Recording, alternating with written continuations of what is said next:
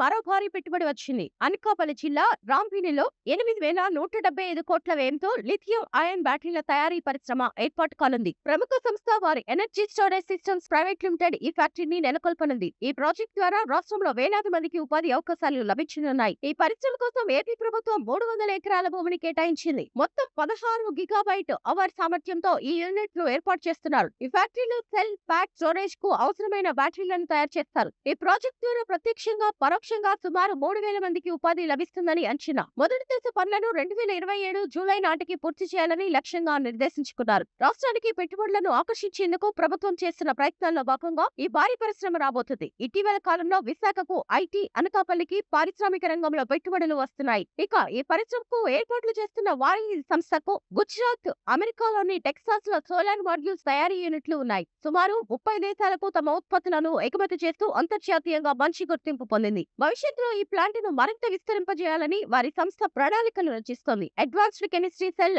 ACC lithium ion cells battery ప్యాక్ల తయారీ సామర్థ్యాన్ని 20 గిగావాట్ అవర్ వరకు పెంచాలని భావిస్తోంది. విద్యుత్ నిల్వకు కీలకమైన బ్యాటరీ ఎనర్జీ స్టోరేజ్ సిస్టమ్స్ తయారీపై దృష్టి సారించనుంది. దేశంలోనే ఇటువంటి ప్రాజెక్టులు పరిమితంగా ఉన్న నేపథ్యంలో అనకాపల్లి జిల్లా పారిశ్రామిక చిత్రపటంలో ఈ ఫ్యాక్టరీ కీలక పాత్ర పోషించనుంది.